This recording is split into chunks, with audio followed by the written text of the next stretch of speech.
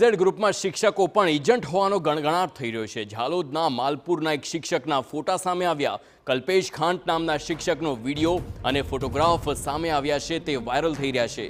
BZ ગ્રુપમાં રોકાણ કરાવ્યા બાદ મળેલી ગિફ્ટ સાથેનો આ ફોટોગ્રાફ છે તેવી આશંકા છે અને ઝાલોદની શ્રીમતી બોનીબહેન શેઠ કન્યા શાળામાં શિક્ષક ફરજ બજાવતો હતો અને ત્યારબાદ તેના આ ફોટા વાયરલ થયા છે। તો જે પ્રમાણેની વાત હતી કે શિક્ષકો પણ એજન્ટ હોવાની જે માહિતી TV9 આપી હતી અને તેને લઈને જ તેની પર મહોર લાગી છે આ શિક્ષક અને તેનો ફોટો, અને તે હાલ જે પ્રમાણે વાયરલ થઈ રહ્યો છે। આ શિક્ષક કલ્પેશ ખાંટ તે ઝાલોદની શ્રીમતી બોનીબહેન શેઠ કન્યા શાળામાં શિક્ષક તરીકે ફરજ બજાવતો હતો અને તે કહી શકાય કે પાર્ટ ટાઈમ ફરજ બજાવતો હતો અને ફૂલ ટાઈમ કામ તો બીઝેડ માટે જ કરતો હતો। અને તેને લઈને પ્રફુલ્લ પાનસેરિયાનું જે નિવેદન હતું કે આવા જે શિક્ષકો છે જે આવા ફ્રોડમાં એજન્ટ તરીકે કામ કરે છે તે તમામ વિરુદ્ધ કાર્યવાહી થશે।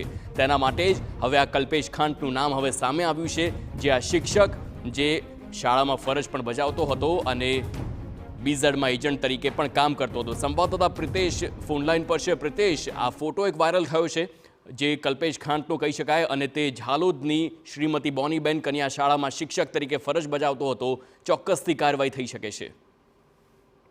જી, જે આ શિક્ષકનો જે ફોટો વાયરલ થયો છે તે સોશિયલ મીડિયાની અંદર ફરી રહ્યો છે। આ જે શિક્ષક છે તે માલપુર તાલુકાનો હોવાનું સામે આવ્યું છે, જેનું નામ કલ્પેશ ખાંટ છે, જેને બીજેડ જે ગ્રુપ જે છે તે શિક્ષક છે તે એજન્ટ હોવાનું પણ સામે આવી રહ્યું છે। ક્યાંક ને ક્યાંક વાયરલ જે આ વિડીયો ફોટો થયો છે તેમાં એ સ્પષ્ટપણે જોવાઈ રહ્યું છે કે બીજેડ ગ્રુપ દ્વારા જે ગિફ્ટ આપવામાં આવી રહી હતી તે પણ તેની અંદર જોવાઈ રહી છે। શિક્ષક જે ઝાલોદ શાળાની અંદર જે ફરજ બજાવતો હતો તો છેલ્લા 6 મહિનાથી માત્ર 2 જ વખત આવ્યો છે, હાલ પણ રજા ઉપર છે। ત્યારે એક જે શિક્ષણ વિભાગની પણ બેદરકારી કહી શકાય, કારણ કે જો 6 મહિનાથી શિક્ષક ના આવતો હોય તો વિદ્યાર્થીઓના ભણતર પર પણ જે છે તે ભણતર પર પણ અભ્યાસ બગડી શકે તેમ છે।